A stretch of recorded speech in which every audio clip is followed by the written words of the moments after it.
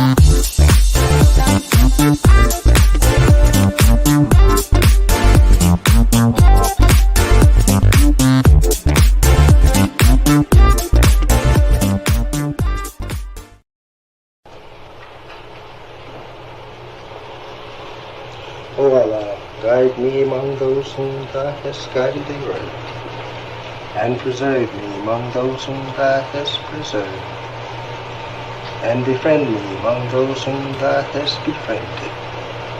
Bless me in whatsoever Thou dost grant me, and deliver me from the evil of what Thou hast judged. Surely Thou judgest, and none can judge against Thee, and he whom Thou befriendest is not disgraced. Blessed art Thou, O Lord, and exalted be Thee above what they set up besides Thee. I bear witness, nothing deserves to be served besides Thee, and I bear witness that Muhammad is Thy servant and apostle. Amen.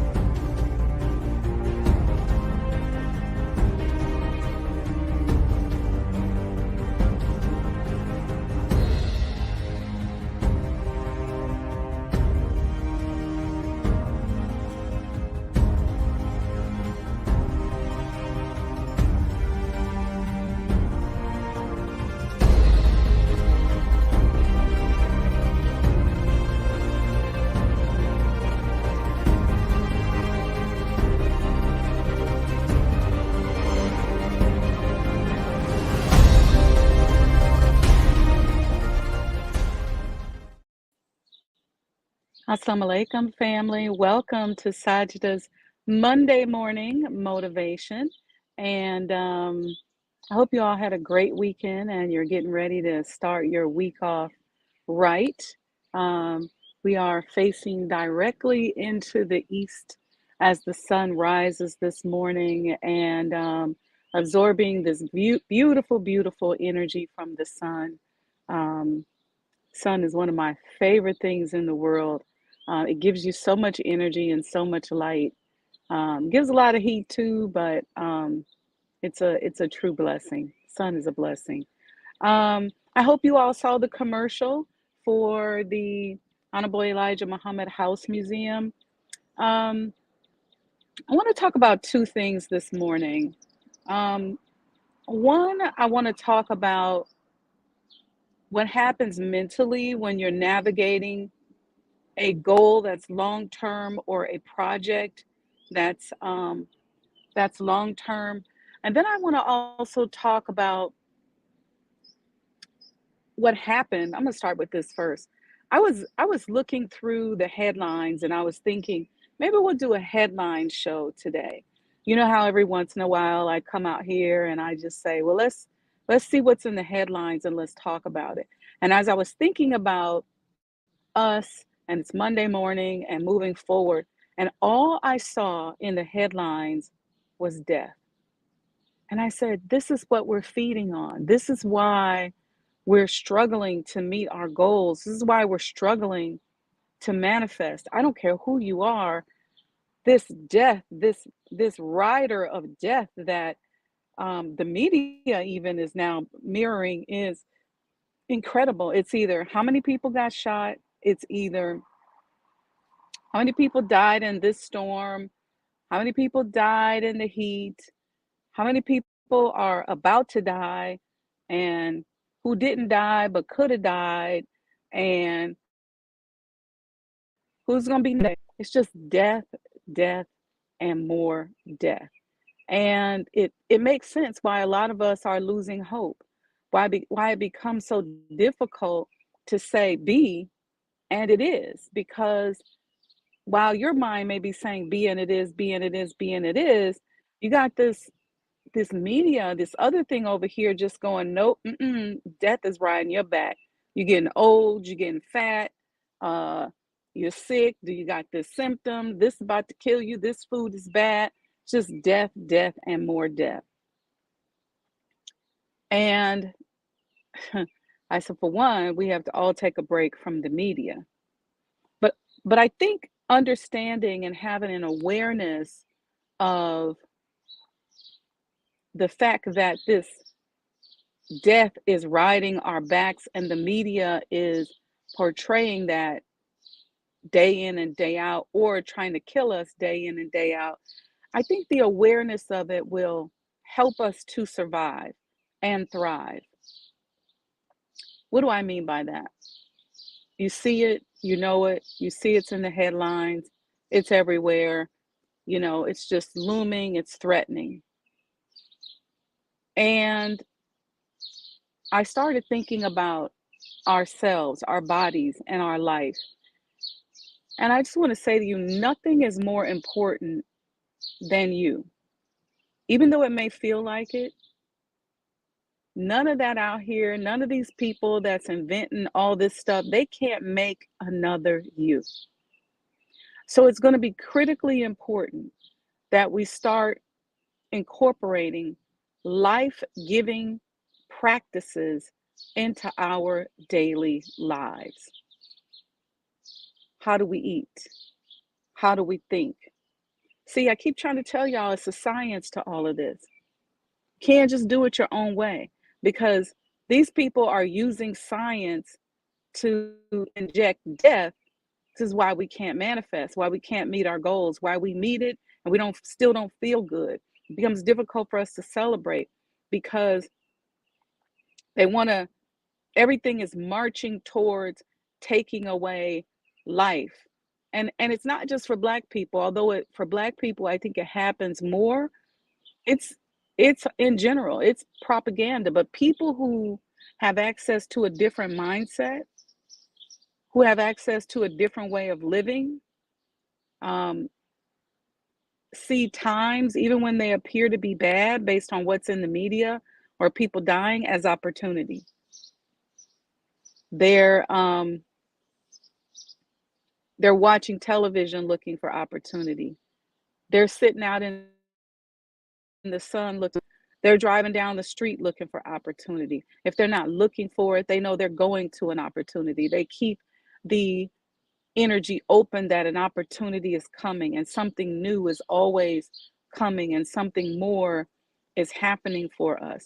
We don't always have to be thinking about, yeah, I know they diagnosed you with X, Y, and Z, but that don't mean nothing. I know they're saying to you, okay, every day you're getting older and older and you're marching towards death, but that don't mean nothing, because those merchants of death, they may be able to kill you, but they damn sure can't make you. They didn't make you. They can't make another human being. I don't care what they say about AI. They can't make another you. And so with that, we got to line up with life-giving practices. What conversations are you having with yourself? How are you formulating your thoughts? What's coming out of your mouth? Are your questions and your conversations based in subtraction or lack? Is that the theme? You know how when you take English class, they tell you to identify the subject. Hello there. They tell you to identify the subject. What's the subject of your conversation? Is the subject of the conversation the fact that you don't have any money? Or is the subject of the conversation the fact that you serve a true and living God who will never forsake you? Or is the subject of your conversation that abundance surrounds you, that God makes things new every single day? What's the subject of your conversation? Is the subject of your conversation, oh Lord, I've been waiting on this to happen and it still ain't happened yet? What's that subject? That means it ain't happening. So that's the energy that you're putting out there. And that's that subtraction or that death energy. What's the death toll? How many people were killed? How many people are about to die? How many people are at risk? What's your net worth going to be in 2053? Let me tell you something, white folks. You're correct. As long as we nurse on, and I hate to say white folks, but it's just interesting how these statistics keep coming out. Every time I go to a conference that is supposed to be about Black excellence and uplifting Black people, there's some report that comes out written by some white researchers that are saying, okay, by 2053, y'all gonna have zero net wealth and y'all ain't gonna have no money. You don't control that.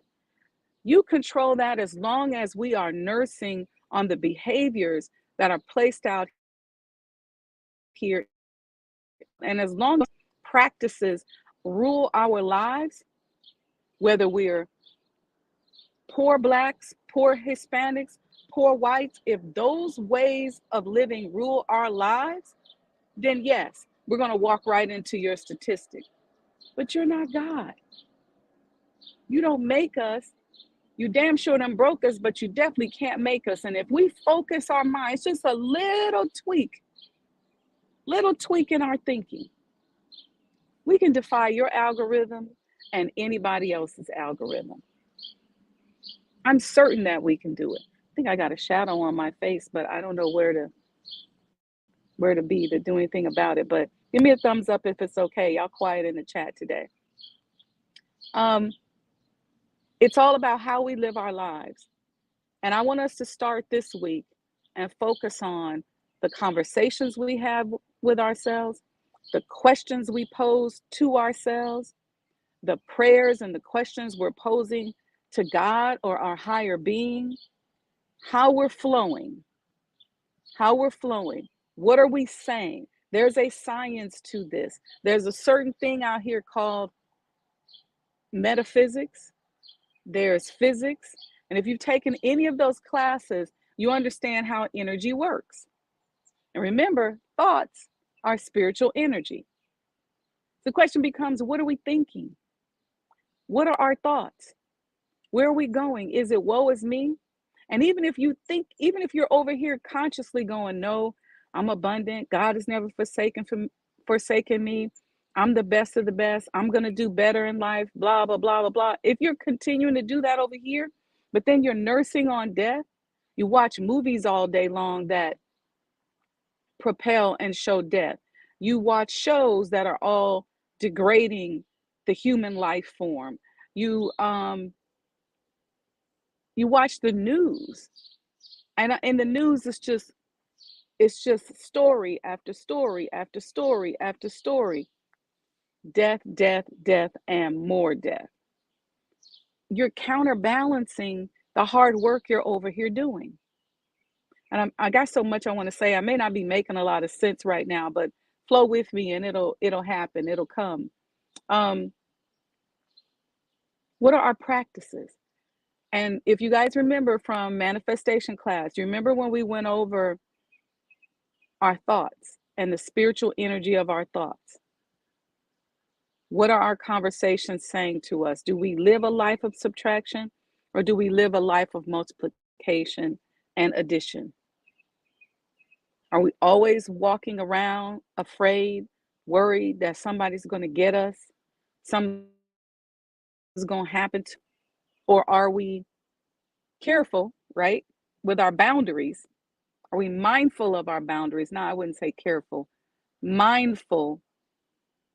See, careful, you use the word careful when you want to be full of care about something. In this case, I want to say mindful. We misuse these words a lot, and I think that also throws our vibration off as well. Um, but let's be mindful of our boundaries. Let's be mindful of our security. But let's focus on the fact that I just don't think, and I could be wrong. We serve a power higher than us. You believe in God, you believe in Allah, you believe in any of this. Did they bring us here for us to just suffer wholesale like this? I don't think so. I don't think so. Somebody has to usher in a new world. Somebody has to be a better example. Somebody has to show our youth and other people around them that it's possible. You know, when you see somebody do something that maybe you couldn't do, you know how it gives you courage? So instead of getting jealous, instead of going, how they win the lottery, how they do such and such, then what about saying, you know what? If they lined up with that energy, I can line up too. I can do the same thing. It's a big, pretty bird over here uh, looking at us and listening to us. I wish you guys could see it. Um, Match that energy. Don't hate. Don't put negativity out there towards it. If you see somebody doing something that you admire and that you think is a good thing, go, let me match that energy. What are they doing that I could incorporate into my life? What tools are they using? But don't run out and be competitive and try to say, yeah, I got that too. And yeah, I'm all that too. Don't. That's wrong. We got to take a responsibility and step up and inject life out into the world. And that's what I want our week to be about. When we see all this death and destruction on television, I want you to think of a counter thought. Every time you hear a negative thought, follow it up with something positive. This is how you're going to defeat these demons that are out here haunting your life. Every time something negative comes into your sphere of existence, whether it's a mindset, a mental thing, a thought, replace it with something positive. Every time you catch yourself living a life of subtraction, asking a question of subtraction. See, here's the other thing. A lot of times we think we're analytical, but really all we're doing is just regurgitating the same information over and over again. We think we're smart, so we think if we ask the same questions over and over again, or if we ask a lot of questions, but it's usually the same questions formulated in different ways, that we're making ourselves look better, and maybe that's going to get ourselves closer to the goal. But that's not the kind of questions we should be asking. Not questions that continue to regurgitate the same information over and over again. Because what happens then is you start to get on a reality loop on a hamster wheel, and then you start asking God why. And then the very thing that you're dreaming about eventually becomes a disappointment because you're not injecting any new information, any new ideas. You're not working to stay positive. You're just regurgitating the same old thing over and over and over again. And eventually your brain is going to tell you this ain't working. And instead of you saying, let me go get some more information, let me go try something new, you're going to say, yeah, you're right. It ain't working. This is terrible. And then next thing you know, you're in this negative reality loop about something that has been a dream or a desire. And that ties me into when I was talking earlier about the development of the museum. I've had several long-term, heavy, challenging projects in my life. One was the development of the medical center or the hospital over in Maryland. And over time, because a lot of people that you may meet, a lot of people are subtraction minded, and a lot of people just regurgitate the same information over and over again. So they'll keep saying to you things like, well, when's the hospital going to be done? What y'all going to do about those death threats? And what are you going to do about all the racism in the healthcare industry? And people just keep saying that to you over and over again. And guess what? You don't have an answer for that. And so you can either stay right there and keep regurgitating that, or you can say, you know what? I don't have an answer for that, but I'm going to keep building. I'm going to keep developing. I believe it's in my destiny to make history. I'm going to go down. When I die, people will say, she built this. And it was something that maybe had never been done before by somebody that looked like her or somebody that sounded like her. So that subtraction mindset, you got to be very careful of when you're working on long-term projects, because when you're working on a long-term project, you have to keep injecting new information, and you have to keep building, you have to keep developing, because the sluggishness of cause disappointment. And then once the disappointment settles in and you begin to nurse that, it can create more negative energy, and then pretty soon your project either stalls or peters out. So you want to be very careful about conversations, and even your own conversation with yourself, but conversations with other people. Always keep it productive. Always keep it positive. Some of you I've been talking to for the past 2-3 years, and you're working on inventions. You're working on building a business. You're working on scaling your business. And it's been a long, tough road. You got a lot of things against you. And if you remember, when I coach you, I always say, keep building, keep growing, step by step by step. Ask yourself, what's my next best move? And what's my next best move? And what's my next best move? And situations where people are bombarding you with questions about things that you don't have the answer to, you got to pull back from that a little bit. Why? Not because they mean anything wrong, but only because since you don't have the answer and you're already challenged by the length of the project or the length of the dream or the amount of time it's taking for the dream to come true, it can cause you to get into a reality loop that will not be good for the next phase of the project. So what I always coach you on is saying, okay, you got an invention, you got a technical plan. What's the next best step? What's the next best move? And I'll ask you as soon as we get on the call, as soon as you start complaining, I say, okay, stop. What's the next best move? I don't ask you constantly questions as I'm coaching you that I know you don't have the answer to. So I'm not trying to make myself seem smart, like I'm thinking of all these things that you ain't thought of. And I'm going to show you that I could do it. I'm not doing that. What am I doing? I'm working to nurture you into your abundance, in so that you walk into the completion of your invention, the development of your business, whatever it is that you're working on. So yes, we can sit down and we can strategically plan. Now, if we sit down and we do a strategic plan, or we're tweaking your business plan or your approach, then yes, we're going to be brainstorming, and there's going to be a lot of questions and a lot of places where we're not going to have the answers, but that's intentional.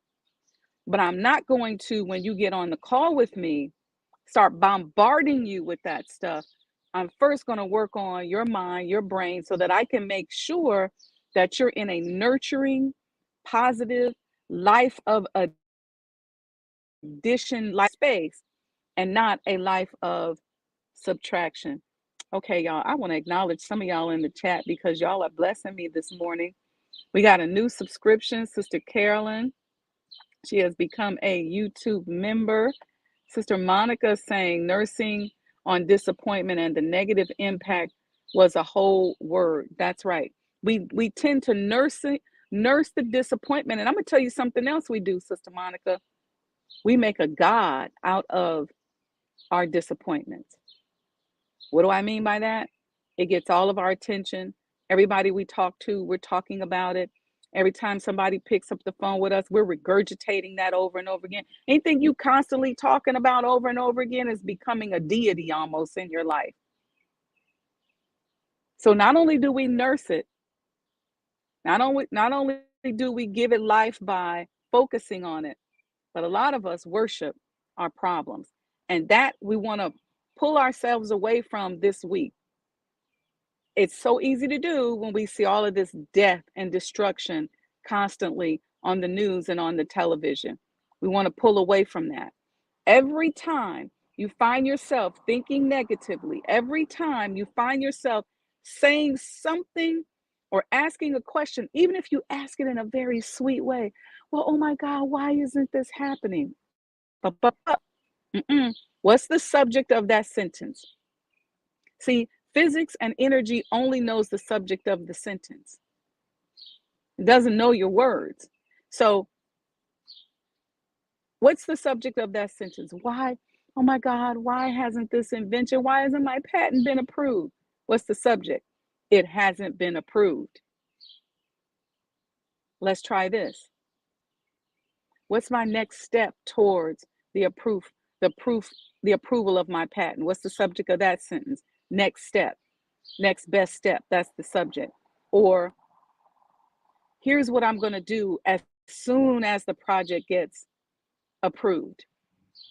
What's the subject of that? It's a more attraction subject.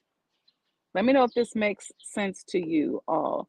Okay, somebody, oh, this is Keenex Robinson said, subtraction minded. So true. Wow, that's right. I see Sister Monica, Sister Dawn is in the house, Sean Muhammad. We shouted out Sister Betty. We saw Mom in the house. This is in no particular order. I'm just going backwards here. Yes, yes, yes. Life-giving practices. That's a word right there. Y'all didn't say that was a word, but that's a word right there. Life-giving practices. How do you live your life and inject life in your own life? That's heavy right there, right? How are you injecting life into your own life? What are you doing? Or are you injecting death in your own life? Here's how you can. Here's a difference. Here's a tweak in the mindset.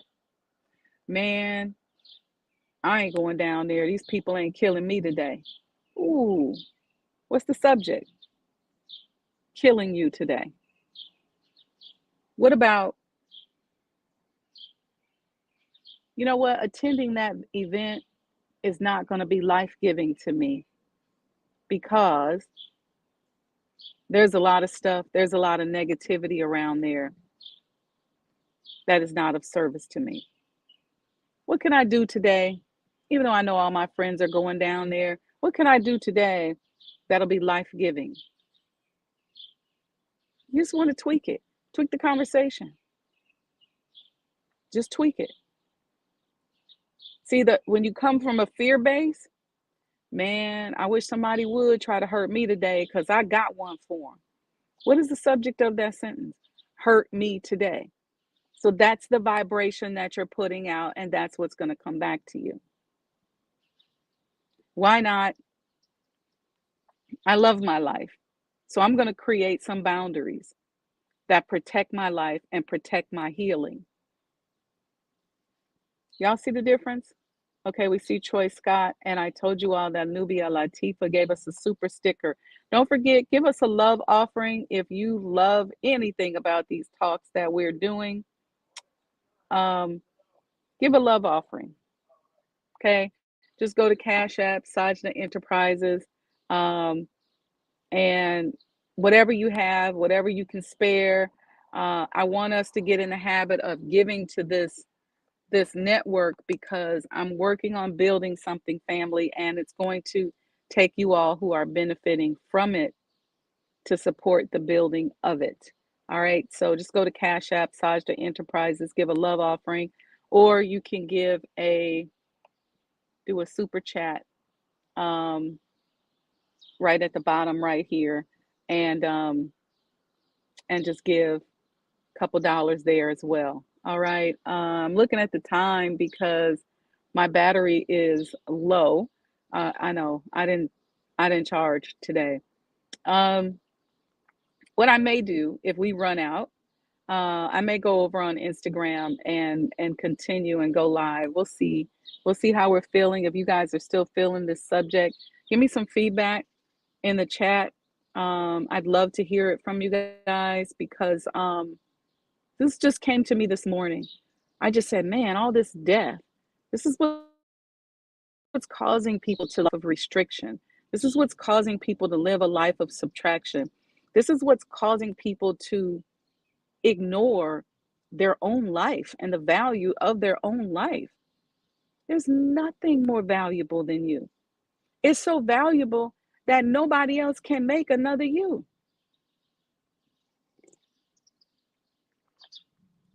I'm just saying, y'all.